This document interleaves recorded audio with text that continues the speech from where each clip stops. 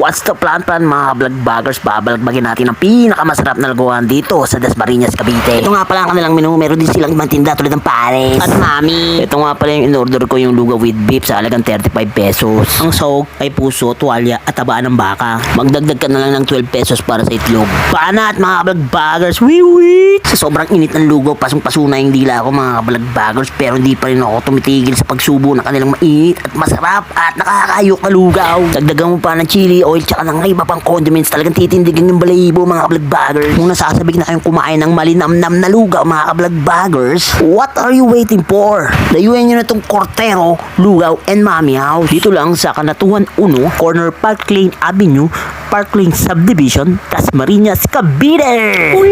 Kaya kahit mahirap tayo, nakakakain tayo ng masarap mga vlog-vloggers dahil marami nagmamahal sa atin. Ito ang yung poor but cool boy ng Manila.